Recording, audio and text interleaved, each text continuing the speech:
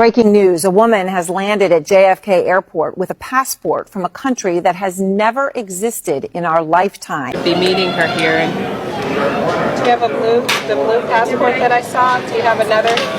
ጆን ኤፍ ኬኔዲ ዓለም አቀፍ አውሮፕላን ማረፊያ ላይ የታየ አንድ እንግዳ ቪዲዮ በመስመር ላይ ከፍተኛ ትኩረትን አግኝቷል።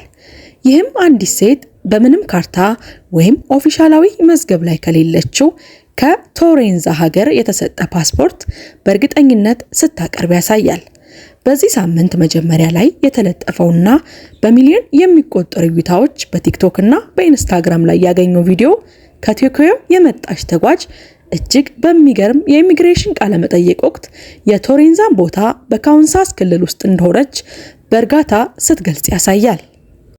የቶሬንዛን ፓስፖርት የያዘችው ሴት ማነች? ከየት መጣች?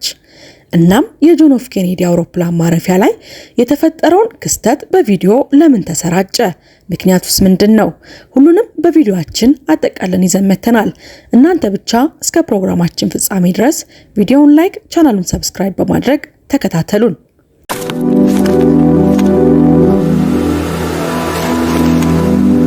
የአየር ማረፊያዎች የዓለማችን የደም ስሮች ናቸው። እያንዳንዱን ሰከንድ በሚሊዮን የሚቆጠሩ ሰዎችንና ማለቂያ የሌላቸው ሚስጥሮች የሚይዙ ጠንካራ የድንበር ምሽጎች ናቸው። እዚህ የኢሚግሬሽን መኮንኖች የህግ የመጨረሻ ጠባቂዎችም ናቸው።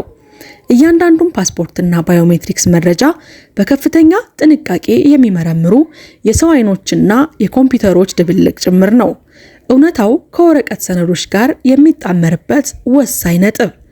ነገር ግን እነዚህ ጠንካራ ህጎች ቢኖሩም አንዳንድ ጊዜ ዓለማችንን የሚከፍል የሚያስደነግጥ ነገር ይፈጠራል። በአይን የማይታይ ግን እውነታው መላው ዓለምን የሚያስደነግጥ። ይህ ታሪክ የሚጀምረው በዚህ አስደንጋጭ ክስተት ነው። በአንደኛው የዓለማችን ዘመናዊ መግቢያ በር በኒውዮርክ በሚገኘው ጆን ኤፍ ኬኔዲ ዓለም አቀፍ አውሮፕላን ማረፊያ JFK የደህንነት ስርዓት ውስጥ ነው። አንድ የማይታመን ክስተት ተከስቶ የቴክኖሎጂውን ግድግዳ በጥርጣሬ አንኳኳ። አንዲት ሴት በጸጥታ ቆማለች። በእጇ የያዘችው ፓስፖርት የዓለምን ካርታ ብቻ ሳይሆን እኛም የማናውቀውን እውነታ ራሱ የሚጠይቅ እጅግ ከባድ ሚስጥርን ይዟል። የደህንነት መኮንኑ ፊት ለፊት የሰጠችው ፓስፖርት ከመደበኛው እውነት ውጭ የሆነ ነው። ፓስፖርቱ የተሰጠው ቶሬንዛ ከምትባል ሀገር ነበር።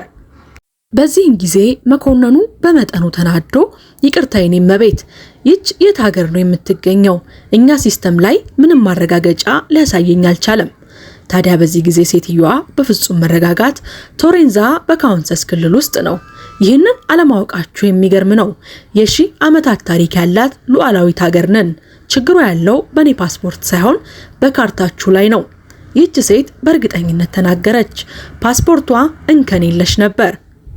ይህ ክስተት ከቶኪዮ በረራ በመጣች ተጓዥ ላይ የደረሰ ሲሆን በቲክቶክ እና በኢንስታግራም ላይ በመቅረብ በፍጥነት ተሰራጭቷል። ፓስፖርቱ እንከን የለሽ ነው።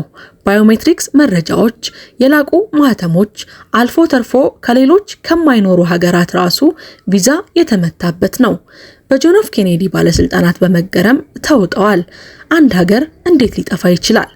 መረጃው ሲተነተን ሲጣራ ታዲያ በኤአይ የተፈጠረ መሆኑ ተደረሰበት። እውነቱ ተፈቷል። የውሸት ወሬውና ድምፁ፣ ምስሉ፣ ሁሉም ነገር የኤአይ ስራ ነው። እዚህ ላይ ያለው እውነታ ከህልም ይልቅ የቴክኖሎጂ ሚስጥር ነው። የኛ ፍተሻ እንደሚያሳየው ይህ የቶሬንዛ ፓስፖርት ሴት ታሪክ ሙሉ በሙሉ የፈጠራ ስራ ነው። ምንም አይነት ኦፊሻላዊ የዜና ምንጮች ወይም ከአውሮፕላን ማረፊያ የተሰጡ መግለጫዎች ይህንን ክስተት አላረጋገጡም። ተአምራዊ ቪዲዮ በሰው ሰራሽ ብልህነት በአርቲፊሻል ኢንተለጀንስ ሶፍትዌር ተፈጥሮ በዲጂታል ዓለም ውስጥ በተንኮል እጅግ በሰፊው በዓለም ላይ ተሰራጭቷል። ታዲያ ይህ ታሪክ መነሻ አለው። ይህ ምስጢራዊ ትረካ በ1950ዎቹ በሰፊው ይነገር ከነበረው የድሮ አፈ ታሪክ የተነሳ ነው። የታውሬድ ሰውዬ ታሪክ ተመስጦ የተፈጠረ ነው። ወደ 1954ቱ ሚስጥር የታውሬድ ሰውዬ ወደ ኋላ እንመለስ። 1954 ዓመተ ምህረት ሙቀት በበዛበት የቶኪዮ ሃኔዳ አውሮፕላን ማረፊያ የጆን ኤፍ ኬኔዲ ክስተት የተፈጠረውን ጥርጣሬ ዘር የዘራው እዛ ነበረ። ታሪኩ እንዲህ ነው። አንድ በደንብ የለበሰ መካከለኛ እድሜ ያለው የካውካሺያን ሰው በንግድ ጉዞ ላይ እንዳለ የሁለት ዓለም ዜጋ ይመስላል። በጸጥታ ወደ ጉምሩክ መቆጣጠሪያ መኮንን ይቀርባል። የጉምሩክ መቆጣጠሪያ መኮንኑም በጃፓንኛ እባክዎ ፓስፖርቶን፣ ተጓዡ በፈረንሳይኛ እንከን የለሽ በሆነ እንግሊዘኛ ቅላጼ በእርግጥ ለሶስተኛ ጊዜ ነው ወደ ጃፓን የሚመጣው የንግድ ስራ ምክንያት ፓስፖርቱንም ያቀርባል። የጉምሩኩ መኮንን ፓስፖርቱን እያገላበጠ በቅንድቡ ይመለከተዋል። ሀገሮ ቱሬድ ነው? ይቅርታ ጌታዬ፣ እዚህ እንዲህ ያለ ሀገር በካርታው ላይ የለም። ተጓዡ በድንጋጤና ግራ በመጋባት የማይቻል ነው፣ እኔ ከቱሬድ ነኝ። የሺህ ዓመታት ሉዓላዊ መንግስት ፈረንሳይና በስፔን ድንበር መካከል ነው የምትገኘው። ምናልባት የድሮ ካርታ እየተመለከቱ ይሆናል። መኮንኑ ከግድግዳ ላይ ትልቅ የዓለም ካርታ አምጥቶ ይዘረጋል። የጉምሩክ መኮንኑ እዚህ ይመልከቱ፣ እርስዎ በሚሉት ቦታ ላይ አንዶራ የምትባል ሀገር አለች። ቱሬድ የት ናት? ተጓዡ በካርታው ላይ ጣቱን ይነክራል። ንዴቱ እየጨመረ አይ ይህ ስህተት ነው፣ የኔ ሀገር እዚህ ነች። የት ሄደች? የኔ ፓስፖርት ትክክለኛ ነው። የዓለምን ግማሽ ተጉዣለሁ። እነሆ ፓስፖርቱ በቅርበት ይታያል። ትክክለኛ የሚመስሉ ብዙ የኢሚግሬሽን የቪዛ ማህተሞች ይዟል። ከነዚህም ውስጥ ጃፓንን ጨምሮ ከኪሱ ያልተለመዱ የዩሮ ምንዛሬዎችንና የባንክ ደብተርም ያወጣል። ወዲያውኑ ምርመራ ተጀመረ። ስልኩን ያነሳል፣ ሆቴሉን ያጣራሉ፣ ለንግድ ስራው የተነጋገረው ኩባንያ ያነጋግራሉ። የሁሉም መልስ አንድ ነው። ይህ ሰው ማንም አይደለም፣ አይታወቅም፣ ምንም መያዣ የለውም የሚለውንም ኩባንያ በፍጹም ሰምተውት አያውቁም። ተጓዡ በአቅራቢያው የሚገኘው ባለከፍተኛ ፎቅ ሆቴል ክፍል ውስጥ በሁለት ደህንነቶች ጥበቃ ስር ተይዟል። ውጪ ዝናብ እየዘነበ ነው። ባለስልጣናቱ በማግስቱ የበለጠ ሊጠይቁት ወሰኑ። እሱ አደገኛ ሰላይ ነው? እብድ ነው? ወይስ ከሌላ ቦታ የመጣ? ክፍሉ በሁለት የፖሊስ መኮንኖች በጥብቅ ይጠበቅ ነበር። ብቸኛው መስኮት በአየር ማረፊያ ቦታ ላይ እጅግ ከፍተኛ ቦታ ላይ የሚገኝ ነው። መውጫ የለም። ፀሐይ ትወጣለች። የፖሊስ መኮንኖች በሩን ይከፍታሉ። ሆቴል ክፍሉ በማግስቱ ጧት ባዶ ነበር። ሰውየው ንብረቶቹ የሉም። ፓስፖርቶቹን ጨምሮ ምንም ነገር የለም። የክፍሉ በር ከውስጥ ተቆልፎ ነበር። መስኮቶቹ ተዘግተዋል።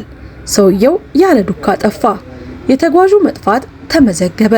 ክፍሉ ከውስጥ እንደተቆለፈም ቀረ። የታውሬው ሰውዬ ወደ ሌላ ዓለም ወይም ወደ መጣበት የጊዜ መስመር ተመለሰ የሚለው አፈ ታሪክ እዚህ ጋር ተወለደ። በዛሬው ጊዜ ደግሞ የሰው ሰራሽ ብልህነት ወይም አርቲፊሻል ኢንተለጀንስ ይህንን የድሮ ሚስጥር በተሮንዛ ሴት መልክ እንደገና ፈጥሮታል።